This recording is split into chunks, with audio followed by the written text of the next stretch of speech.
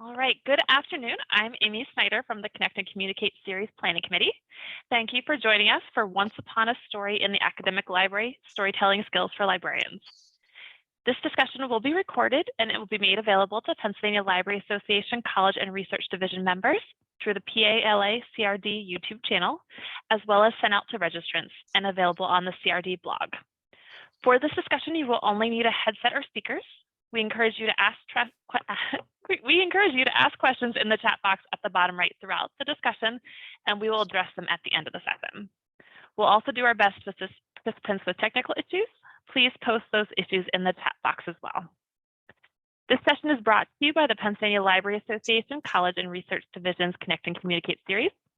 I'd like to thank the CRD board for supporting the Connect and Communicate initiative and the other Connect and Communicate Planning Committee members, including Andrea Pritt, Adam Balchunas, Christy Alderman-Ritter, and Ronalie Choco. Please contact any one of the team for information about becoming a PALA member. This project is made possible by a grant from the Institute of Museum and Library Services, as administered by the Pennsylvania Department of Education through the Office of Commonwealth Libraries and the Commonwealth of Pennsylvania, Josh Shapiro, Governor. And finally, I'd like to thank and introduce our presenters for today's event. Maria Barefoot is currently the online learning librarian at the University of Delaware. She has used storytelling in all of her library roles and is currently developing digital badge programs using storytelling principles.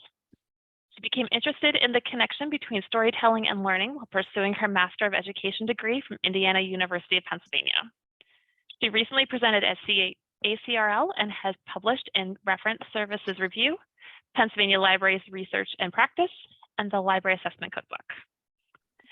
Sarah Parmy, MLIS, MBA, is the project director for the Appalachian College Association's Open and Affordable Resources Initiative. After working in academic libraries for 9 years, thanks to the mentors and some wonderful people she's met along the way, her professional interests are virtual community building, project management, and not reinventing the wheel. She is currently pursuing her PhD in Administration and Leadership Studies. Her dissertation focuses on status and incivility among academic library employees. She's a productivity geek and can have lengthy conversations about planners and focus apps. Elin Woods is an independent researcher, previously holding librarian posts at St. Francis University and most recently at the Indiana University of Pennsylvania as a student success librarian. Her slightly unconventional path to libraries included time spent working at a newspaper and planning events before pursuing her MLIS from Clare University. Since then, she has worked in both public and academic libraries, believing that they both have something to learn from one another.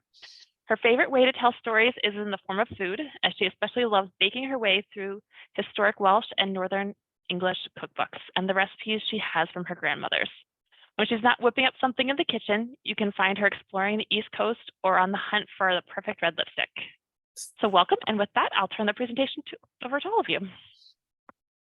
Hi, everyone. So thank you for having us. I am a PA native and no longer in PA, so I miss all of you, even though many of you I have never met, but I know Elin is still in Pennsylvania, so maybe you will run into her along the way. Elin, do you want to say hi before we get started and while I share my slides? Hi, everyone. Thanks for having us.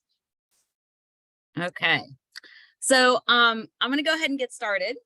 And I assume you all know the name of the book, which is Once Upon a Time in the Academic Library. And this is all about storytelling. And just to give you guys a little bit of background before we jump headfirst into this topic, this is storytelling has been kind of like a passion project for me mainly because of my efforts as an instruction librarian to understand where my students were coming from. So a lot of what you will hear me talk about today comes from the reference and instruction point of view, because that's primarily where I have worked. Although I firmly believe that storytelling can be used in every aspect of librarianship, which is one of the reasons we embarked on this project to begin with, to kind of explore the other ways that it can be used. So with that in mind, there are 3 definitions for storytelling that we start off the book with, and that I kind of want to just bring to the surface before we dig into the topic any further. And that is that storytelling is perceived in 3 different ways. Often we think of storytelling as an art form. We're like in our personal lives, storytelling is the books that we read. Storytelling is the plays that we go to. It's the music that we listen to. It's the movies we watch. Storytelling is like an art form. But the reason that storytelling, and that's one of the reasons that storytelling is so effective, is because it's an art form. But at the same time, it's also a way of educating people and primarily a way of communicating with people. So whenever we think about this in the library, we might think of the storytelling as art, as the public librarian doing like a story hour for the community. That is art. That storytelling aspect is the art aspect of it. And when we think about education, we might think of it as like the information literacy classroom. Whenever we're talking to students, whenever we're working with grad students, undergraduate students, we can think of it as a way to help students along their educational goals. All right. And then the third one, storytelling is communication, is really a definition that encompasses all the other ones. Because whenever we're communicating, we're not just communicating with our students, and we're not just communicating with our patrons, but we're communicating with each other as librarians, with our administrators, with our stakeholders, with anyone that interacts with the library. And so I want this all-encompassing definition of storytelling to kind of be in our minds as we walk through what this is and how it applies to us as librarians. So we're going to start with the why. We're going to start with why, and then Elon's going to talk a little bit about the how of this. So why is storytelling such an effective vehicle for making our case to whoever we're working with? And there are 3 theoretical perspectives that I'm going to share with you guys, and hopefully not bore you. And I'm going to try and keep this in the storytelling vein so that it's not very boring. So the 3 ones are constructivism, social affective theory, and narrative theory. So those are the 3 that we're going to talk about. And I'm going to start with constructivism. So anyone who's worked in education, in fact, many of us, even if you haven't worked in education, have likely come across this term at some point, because it's very, very common. Piaget is all over the education literature. He's in our social literature, all kinds of stuff. So essentially what constructivism tells us across these 3 different theorists that I have on the screen right now is that we learn and we build on our prior knowledge. So as a baby, you don't have any prior knowledge, and you start to learn immediately from the people that surround you. Okay, so you're building on the experiences that you have from the moment that you are born. In libraries, when we think of this this cognitive aspect of it, the cognitive learning experience, what we're thinking of is, when is the last time that somebody thought about finding information or accessing information or using information? So this is the cognitive aspect of it is the one that we most often think about in the information literacy classroom. The social aspect of it with Vygotsky is what I'm thinking about whenever we talk about the library as a place. Okay, so if we're thinking of the academic library or the public library as a place that people go to, every person that walks through your door, who engages with your reference desk, who engages with your circulation desk or your help center or whatever you call it nowadays, every single person has had some other experience of libraries in their lives. And so those prior experiences, whether they were positive, whether they were negative, whether they found what they were looking for or they didn't, those are where your patrons and your stakeholders are coming from when they're engaging with you as the librarian. Okay, so understanding that one of our roles is to understand that we are placed in somebody else's story. Okay, and then the last one, the radical constructivism, is essentially saying that prior experience overrides our senses. And the best example I have from libraries to illustrate this point is library signage, which we all know nobody reads. Nobody looks at and nobody reads, and we end up telling our patrons or our students, or we tell everybody the same thing over and over again, because people are more likely to understand your library from the perspective of the library they experienced before, not from your library, from their own experiences. And so that knowledge can help us as librarians understand that when you put up a sign, when you are designing your library as a space, the people that are going to engage with that space are not necessarily going to do it the way that you expect. They are going to do it based on what their experiences were before. Okay, I'm gonna get away from myself, so I get all excited about this stuff. All right. The second theoretical perspective is affective learning. And anybody who has done any work in information literacy research, I'm sure that you have come across this concept. But essentially, affective learning theory tells us that our emotions are more important for our brains than most of our previous learning experiences have given credit for. So when you are developing stories to use in your libraries, when you're developing or thinking about the stories of your patrons, you want to make sure that you're including the emotional experience that that patron has gone through. And sometimes that might be a negative experience. So if the negative experience is libraries are frustrating, they never have what I want, the librarian that I talked to the last time was mean to me, that kind of experience is going to affect the way your patron reacts to you when they come up to the desk, when they speak to you at a service point, or whenever they react with your social media. If you're posting things on social media, that's the kind of thing that patrons are bringing to this storytelling conversation that we have going on.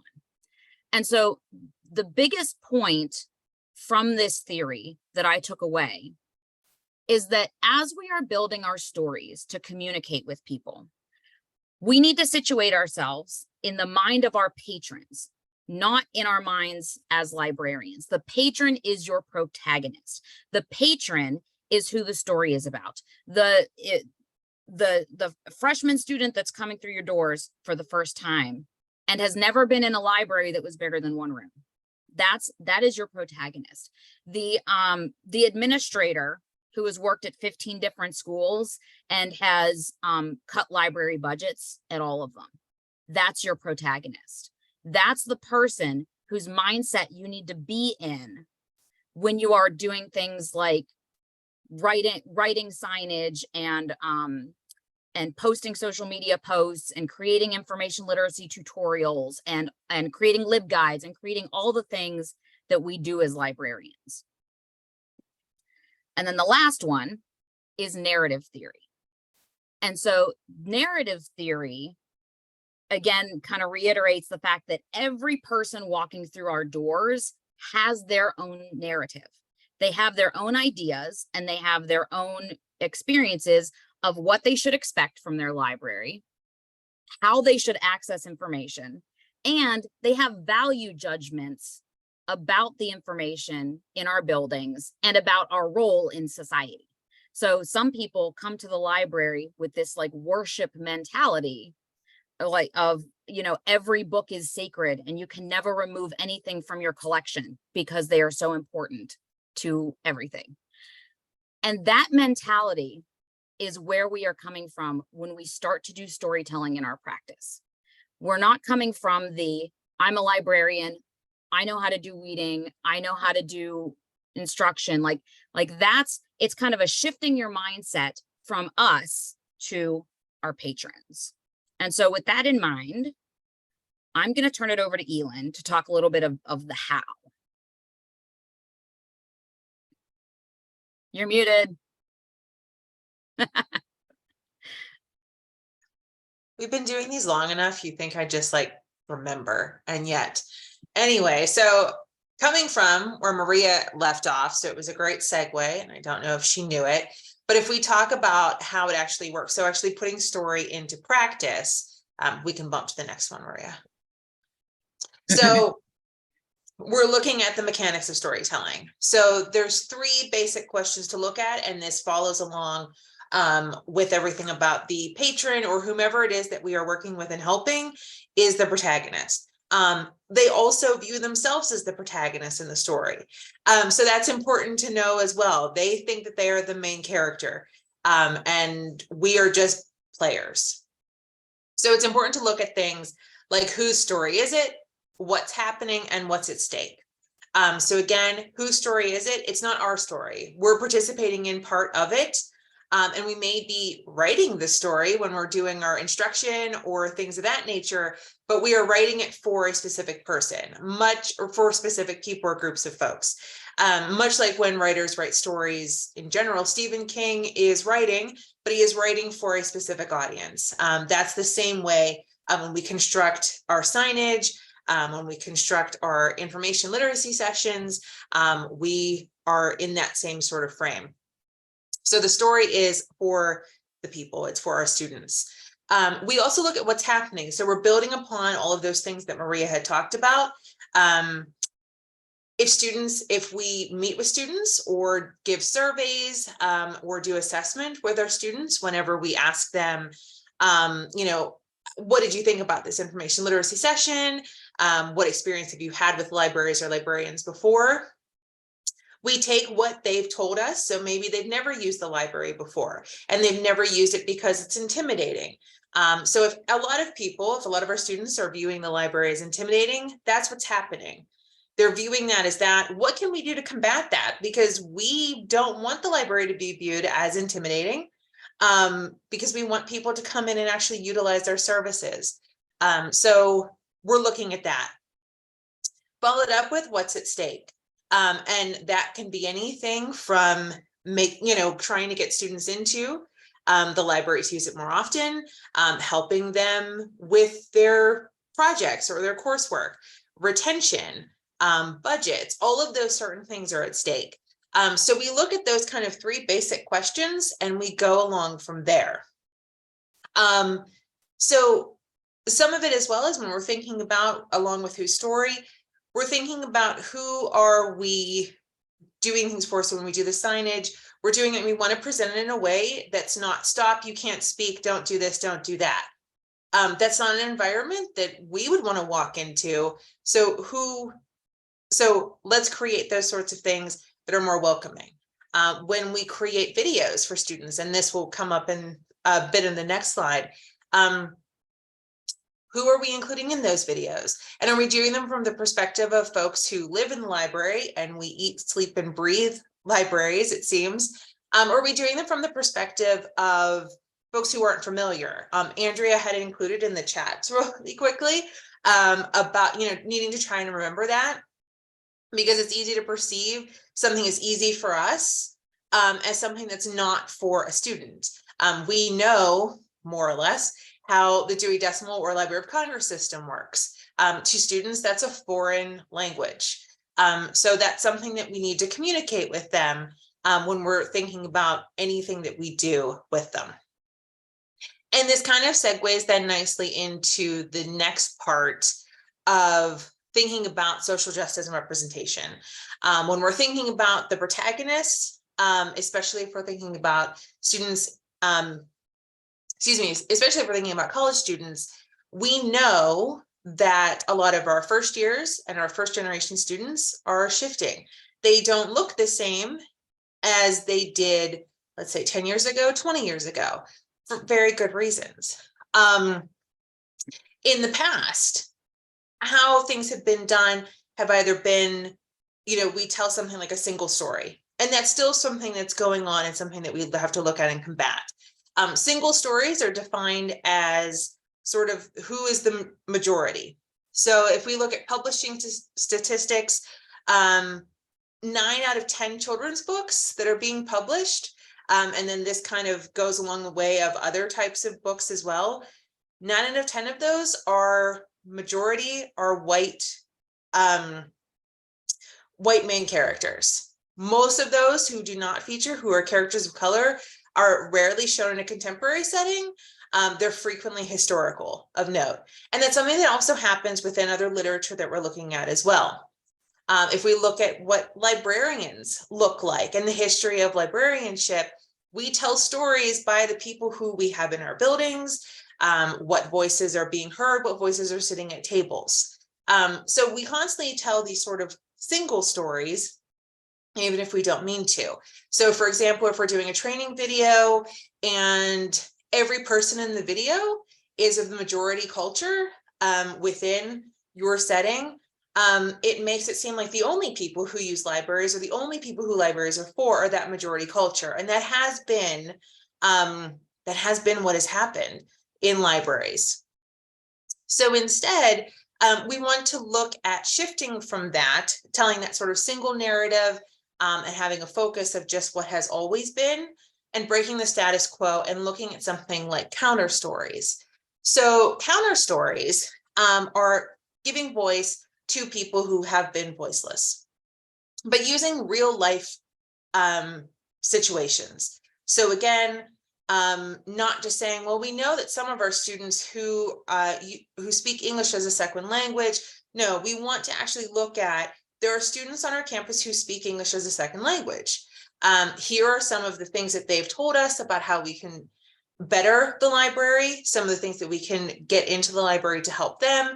Here are their actual stories. We don't want to have someone who's just sort of out there as a sort of other entity. We want to actually bring emotion into what we're talking about.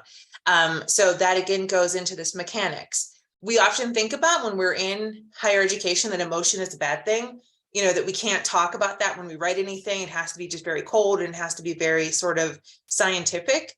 But emotion is how we connect with people. If I just give someone, let's say my dean asks for information, and I just give them numbers, those numbers can be interpreted in a variety of ways. If I include a story and if it has some sort of emotion connected to it, they're more likely to connect, hopefully, as a fellow human, to that emotion that's connecting that way. Counter stories help to do that by actually using real life examples of the people we're working with. Also, counter stories are, again, pushing against that majority.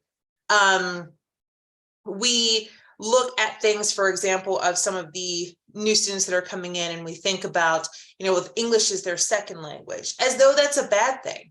They know 2 languages. Why aren't we talking about this in a positive way? They had to work in high school because they come from a lower economic background, but they maybe have really great time management skills because they've also gotten into college while holding down a job and getting good enough grades to enter into college. So shifting that narrative about how we talk about the students that we're working with, but also thinking about when we're presenting information, who are we including and who aren't we including? The last thing about this is then the concept of microactivism.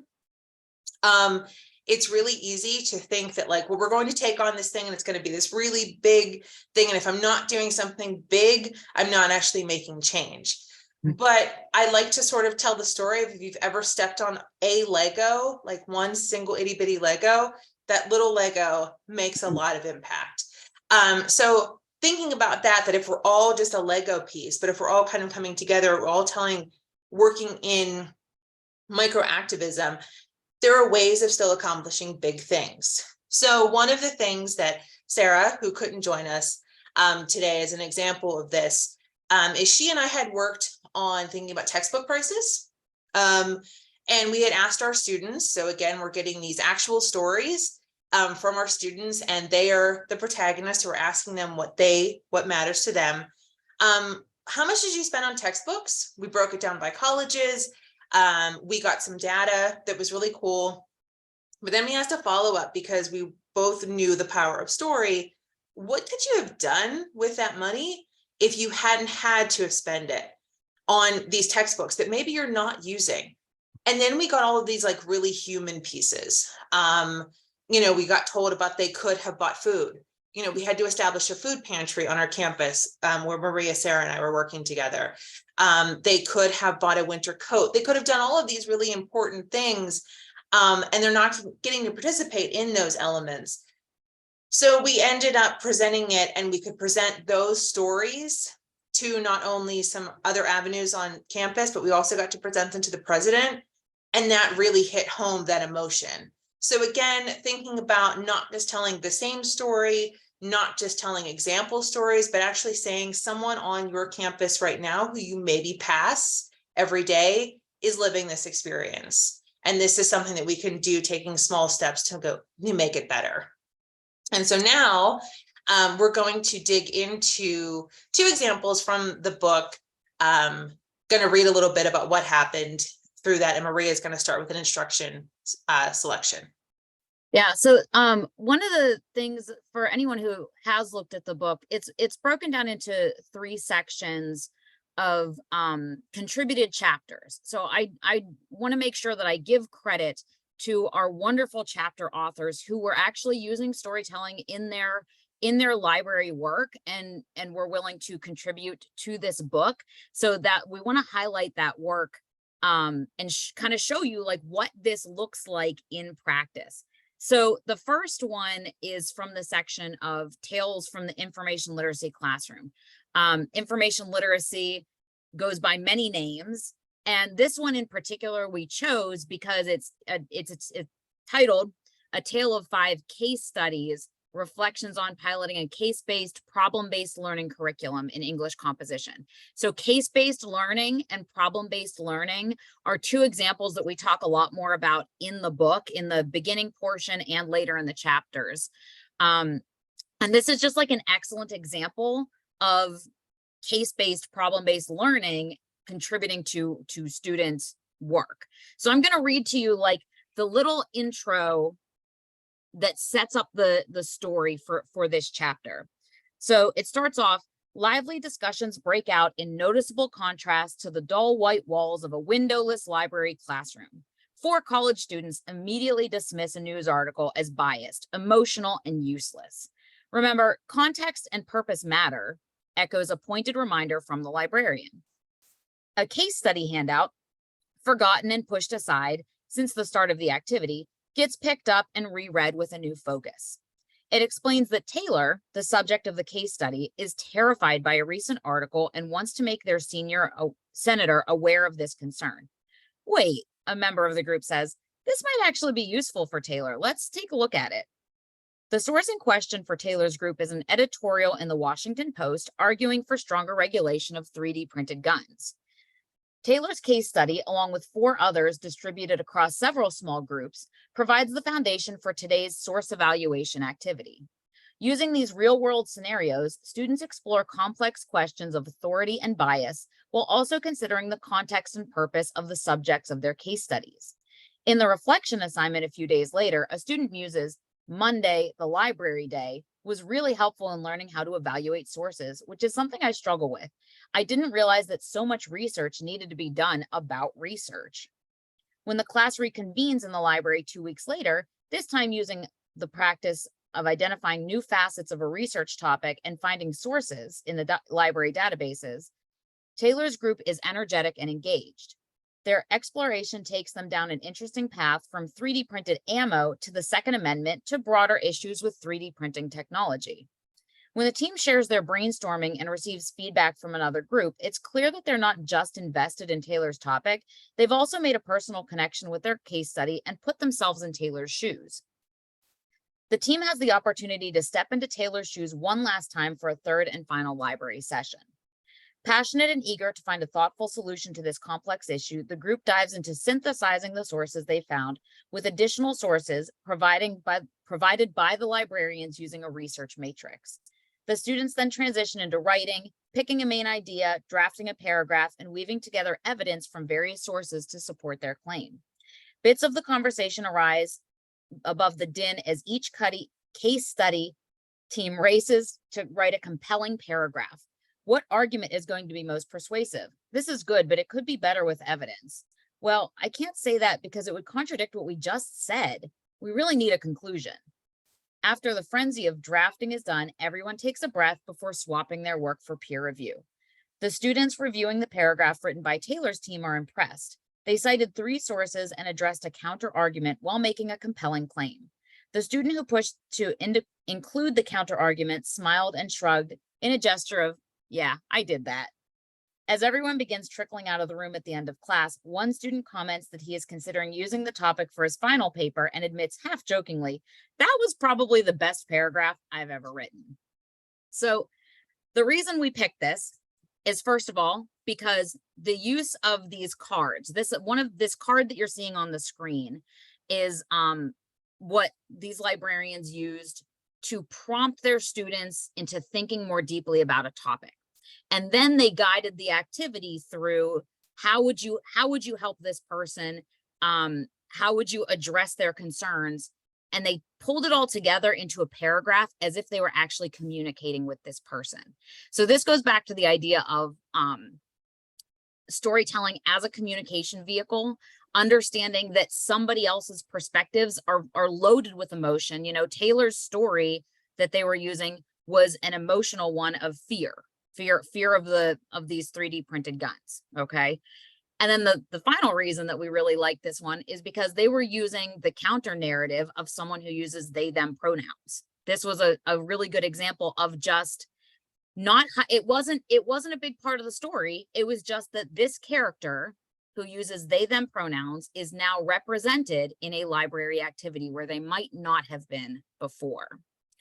So I'm going to let Elin talk about the next one, which is part of Tales from the Stacks. Sure. So, and this came up, and we wanted to talk about this one because there had been some questions that were submitted when folks were registering about questioning how to use storytelling in stacks.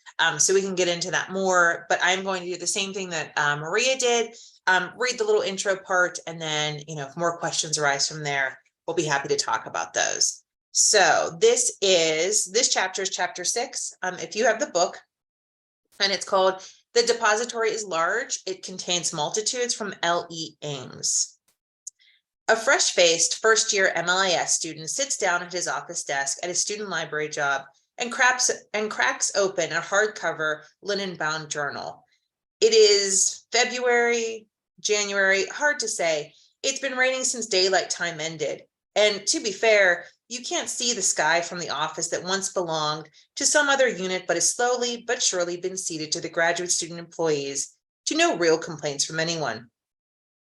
The young grad student picks up a blue pen and begins a list in his journal.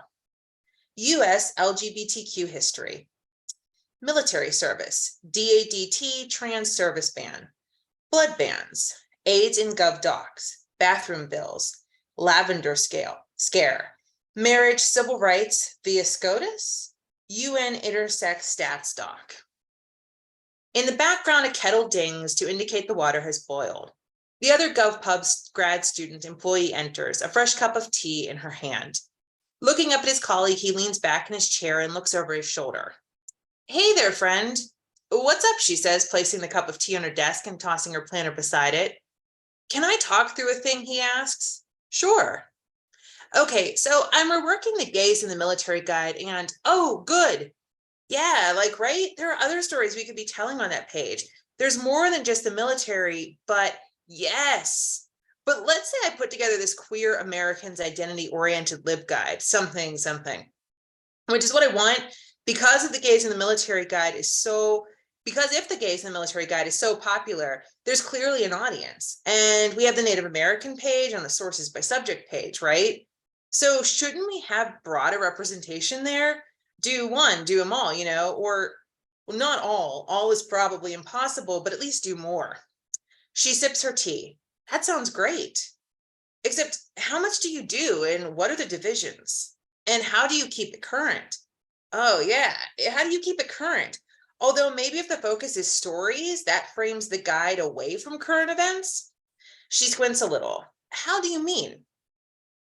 I mean, okay, how about blood donation? If we're just thinking about the LGBTQ plus guide for now, how would you frame the gay blood ban? Because that's a great opportunity to talk about US and international docs. And it's a thing that could change in the future. Well, should change in the future. Anyway, if you frame it around the story of how we got here, then it's more okay if it gets out of date. Because the focus is on why it was done, not the current state of affairs. It needs less immediate updating if things change. Okay, but how do you divide it? Right. yeah, telling every story about everyone in American history is a catchy concept, but that's not like actually possible in a LibGuide. Weren't we talking about person spotlights and for the different heritage months recently, she asked. Oh yeah, we were, weren't we? Heritage months could be a good scaffold. That would be thematically relevant. Heritage months are nationally recognized. Yes, okay. Yes, he spins in his chair and starts scribbling in the journal again.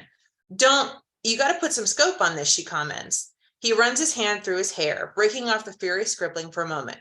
Oh yeah, no, for sure, but I had to brainstorm first. I can cut it back later. So what this was about, and the goal in this particular one, was to reflect on what UW, which is where Ellie was from, what they had in their depository collection, and to highlight the different ways of research from the government documents. So thinking about, if we're looking at the stacks, what do we have in our stacks? How are we getting that information out to people? And how are we actually telling them about what we have?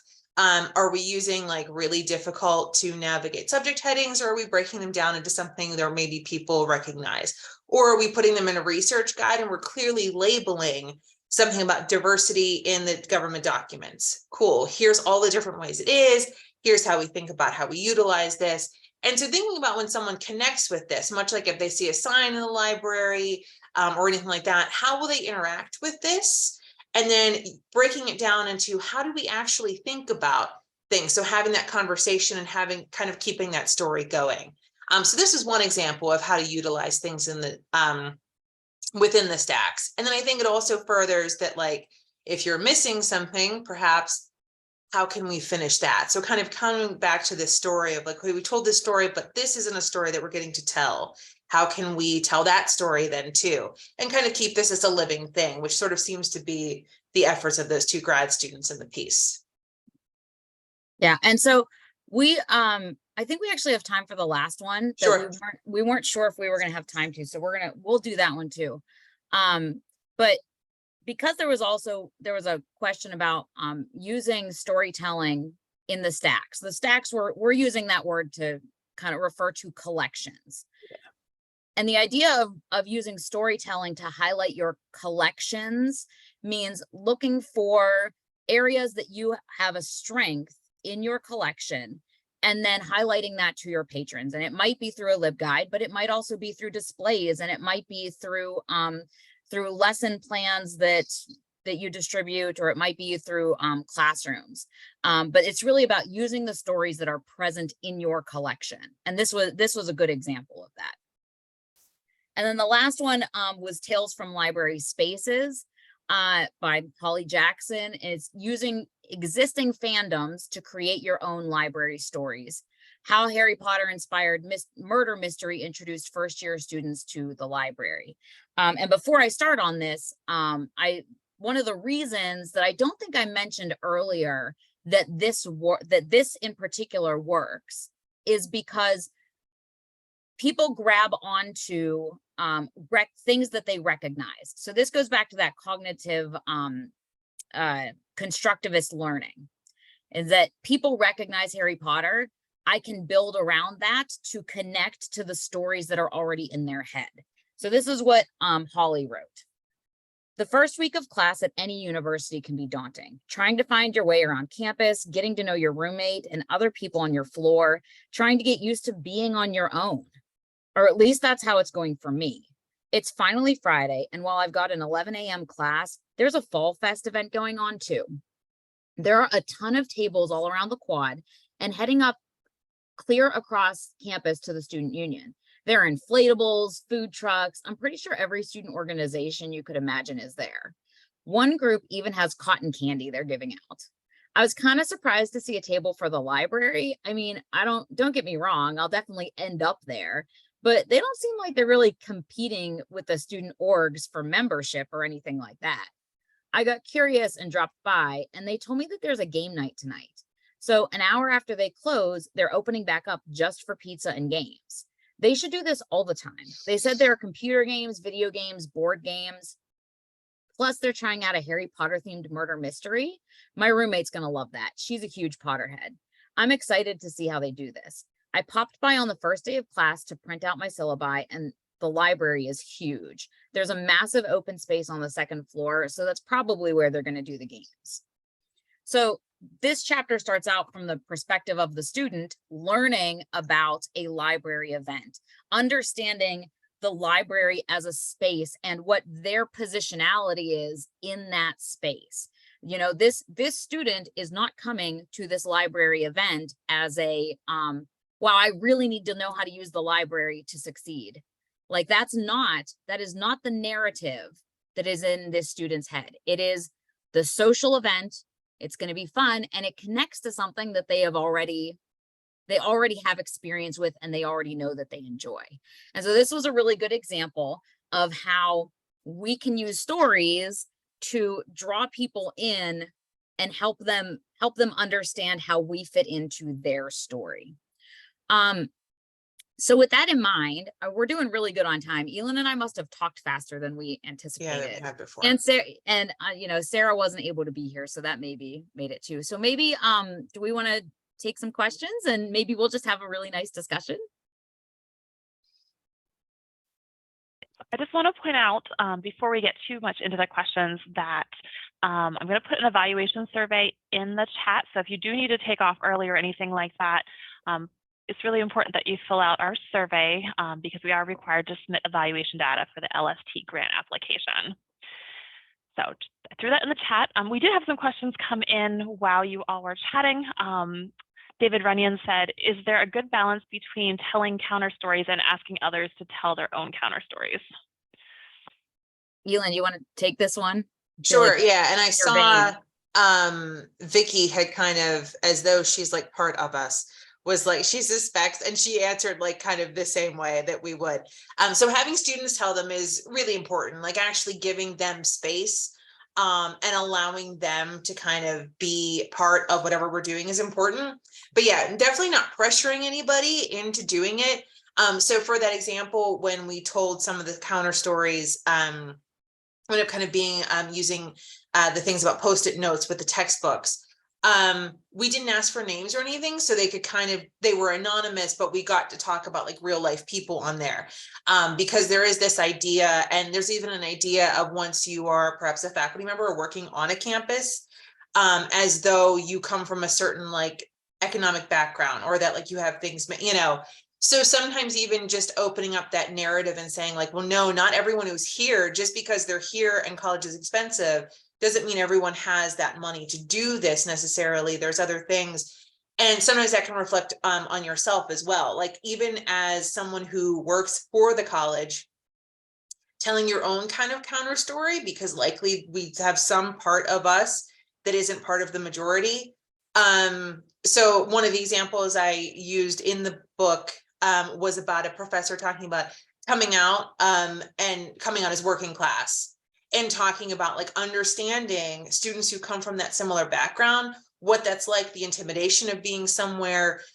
So you can tell your own within that same thing, but for sure, more important to have students like actually allow them space to use their voice, but not wanting them to be like the only representative, or be like, we have a, you know, for example, we have a Black student worker, and so we're going to point to them because they have all of the opinions and everyone is the same and this culture is a monolith. Like that's not, you know, the aim of this. But sometimes just even doing things as far as like telling stories where, for example, using proper pronouns, or talking about, you know, when we're introducing people you know, to the library, that perhaps we have more inclusive restrooms, you know, or something.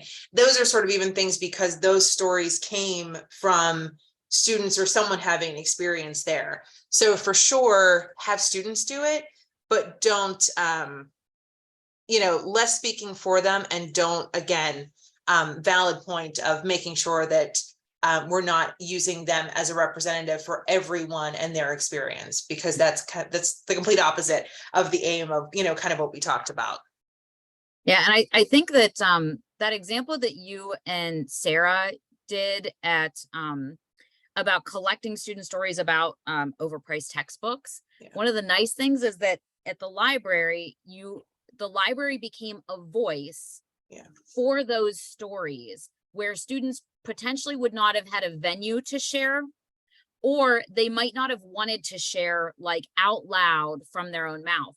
But because they were, I know you guys did it on Post-its, and because they were willing to share their stories on Post-its, the library was able to amplify what they were saying. And so that's another way to think about our role in student stories. And within that as well, there was a lot of misconceptions. Like they were talking about like the bookstores price gouging them.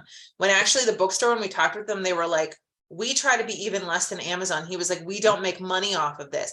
And so like there were all of these different things. And then we ended up having like unexpected partners because we started this little thing of just talking to them. So then it was like, okay, bookstore, like let's be friends and let's give you an opportunity to do.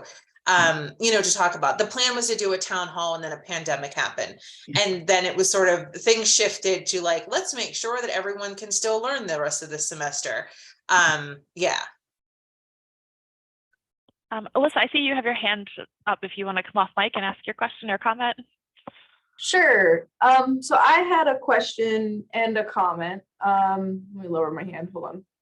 There you go. I'll start with a comment, which is that I really resonate with the idea of stories as like the best vehicle for showing like what things can be done. So like, for example, I was thinking about, I did a survey once where I was asking like, because we have a pretty decent ESL student body at where I work. And just for context, I work at Luzerne County Community College. We're not a residential campus, we're a commuter campus. So just to put that in context. And I did a survey where I was asking like, hey, would you like to either learn English or Spanish? Let me know. And I was expecting to get a lot of Spanish speakers who wanted to know English. I even like built the survey so that it was both in Spanish and English. But turned out that most of the people that responded were people who spoke English who wanted to learn Spanish. So I thought that was really interesting results of my little survey. And I was like, well, I could maybe put this to administration and say, hey, maybe you should offer classes for like staff so that because I think there's a really big desire for many of our staff to be able to communicate with the students a little better. So having a beefier knowledge of Spanish could be helpful. So that's like a comment. My question though, is that I have been really wanting to run more social related events at the library because I think they would draw students in more than just, I don't know, the displays we do or like other stuff like that. I actually had recently good success with doing like a rolling cart. So like what I did we had a Trans Day of Visibility event at our campus. So we took a bunch of books. I took out a bunch of books and then we wheeled the cart out to the event and then had it so that people could check out a book like kind of right there, which was pretty successful. We had at least people looking at the books, which is good. But I also wanted to do events that get people sort of in the library. However, one of the big hurdles for us has been the fact that our library has not historically had a lot of social events, and B, like there's a concern that like if we do events, they get too noisy, and there are students who want to study. And then the other one is that we have some staff I have some staff who really see the library as an academic space first and not like a space for community.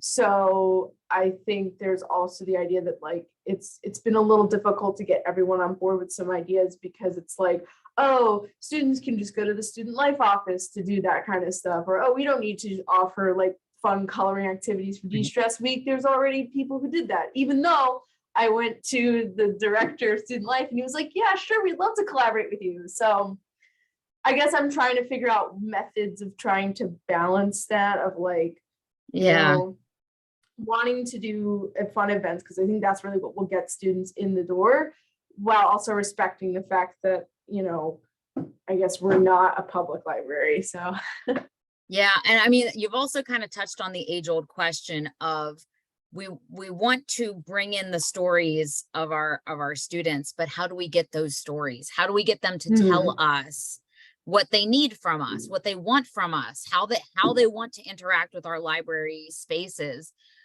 Because those stories are a really powerful tool for talking to our colleagues and our administrators, right? So, I mean, I think that honestly, Elin and Sarah's project with the Post-its was like one of my favorite things I've ever seen, because it's students who are already in the library. So you know that they're interested. But if you're trying to capture students who are outside the library, you could reproduce that in the student life office. Like you could take a whiteboard to the student life office, write a question on there, and provide them with Post-its and let them answer your questions. I think that kind of actually brings me back to another point. When we're talking about stories, the most important thing that you can do is to start with a question and not start with a presumed story. But like Elin and Sarah asked the question, what could you do, or what could you have done with the money, you know, if that you didn't spend on textbooks? Whenever I'm teaching, one of my favorite ways to do a lesson plan is to plan the questions that I want to ask my students and then let them talk. So like asking things like, you know, what are your current research habits? Where do you like to do research? And then if somebody says a particular resource, I say, oh my God, that's a great resource. Tell your friends about that. Like tell your classmates why you like it. And all of a sudden it's 1,000 times more interesting, because it's not me talking, it's them talking. It's them telling their story about this one time that they found this really cool thing in JSTOR, right? So that's like my, figure out where to ask the question and then let them run. Yeah, that is one thing that I think is actually related to this, and maybe something I wanted to share, if that's okay. Yeah. I'm part of the what is it, the virtual live journal group for the College and Research Division at PILA, and right now the paper we're reading is a paper from the University of Richmond. And what they did was they did an ethnographic study where they used whiteboards to get feedback. And I was reading this paper and I was like, you know, this might not be a bad thing for me to try and implement here, because I've set up a suggestion box both online and in person, but like barely anyone has submitted.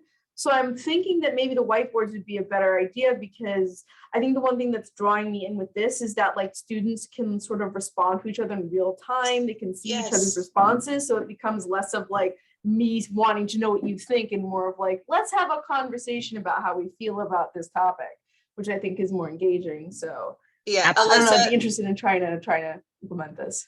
that's totally what happened with ours. So it was a whiteboard, because our first question about the money, we had we drew on it and we had like different brackets of how much they spent, and then they would put each post-it note was a different color for a different college. And then what ended up happening is it became a space for people to be like, don't buy the textbooks, download them at this place. And then we had to go and like pull those off, because they couldn't actively be being like, pirate your textbooks, everyone, you know. Right, yeah. It became this communication board too. So it was really interesting of them like wanting to help one another, and whatever too. And like, so our whiteboard was on wheels, and what our next steps were to be to go and collect more data was to move that board into all of the colleges and ask them questions. But like also they hang out at like, so I know you said yours was commuter based, but so like one of the spaces where students always are at the dining hall. So we would like, our plan was to move it there. Or we had really good friends down at Muscle, which is our multicultural center. So like having them go down there and hitting like some specific groups that, you know, we're doing there, hanging out there. But like that rolling, like anything on wheels is great, because then it gets you out, and then students start to see you, and no longer are you just the librarian who taught for them, but you're also the librarian who showed up at Trans Visibility Day. You're also the librarian who did this. And so then they're building, when they're creating the character of you in their story, they can add to you, and you're becoming more full as well. And then they're like, okay, wait a minute, the library cares about stuff too, you know. So you're kind of creating this bigger narrative for them, because again, they're the protagonist, they're the main character. Yeah, definitely. Yeah, I'm really happy. I think the rolling cart did a really good idea. I know we're trying to set up like an actual mobile circ app on a tablet so that like I don't have to take pen and paper with it, but I'm hoping that we'll be able to do it. I know I was talking to one student from the Black Student Union who was organizing the event. And I was like, hey, we could maybe do something with you guys too, you know, Yeah. like maybe curate a list of like a card of like Black authors at one of your events or something. And they seemed pretty interested. So here's hope that it will continue. Yeah. But thank you for your feedback. I appreciate it. I don't see any other questions in the chat, but we did have one beforehand about asking how storytelling compares to an elevator pitch. I don't know if you would like to comment on that one. Yeah, I remember that question. So an elevator pitch is a type of storytelling, essentially. The elevator pitch is you know, it relies on us to kind of prove our worth in like what is it, like 30 seconds is considered an elevator pitch or an elevator speech. And I would say that the most effective elevator speeches use the characters of their patrons to illustrate the like a lot of times whenever we talk about assessment, and I've done a lot of work in assessment too, assessment tends to like get bogged down in numbers really quickly. And I think Elin mentioned that when she was speaking at one point. And the elevator speech, the elevator pitch is least effective when it's full of numbers. And it is most effective when it is a story of how the library has impacted someone, some administrator, some student, what impact the library has had. So I would say that the two are synonymous. Storytelling and elevator pitches are synonymous. And leave out the numbers because it is not going to make an impact on your stakeholders the way that a good story will. So that's all. I mean, we're coming up on time here, so. Yeah, so I'd like to thank you all for joining us today. And Maria, Sarah, and Elin, thank you for presenting for us. Again, I hope everyone will take a few moments to complete our survey and let us know your thoughts about the presentation today and about our programming in general. If you're not a PALA member and you're interested in becoming a member, please feel free to email me and I'll have the appropriate person contact you. I also invite you to contact me with your suggestions for future discussions and presentations, and I most definitely invite you to contact me if you would like to present. So I'm going to put my email in the chat box. I hope you have a wonderful day, and hopefully we'll see you at the next session. Cool. Thanks, everyone. Thank you, everyone.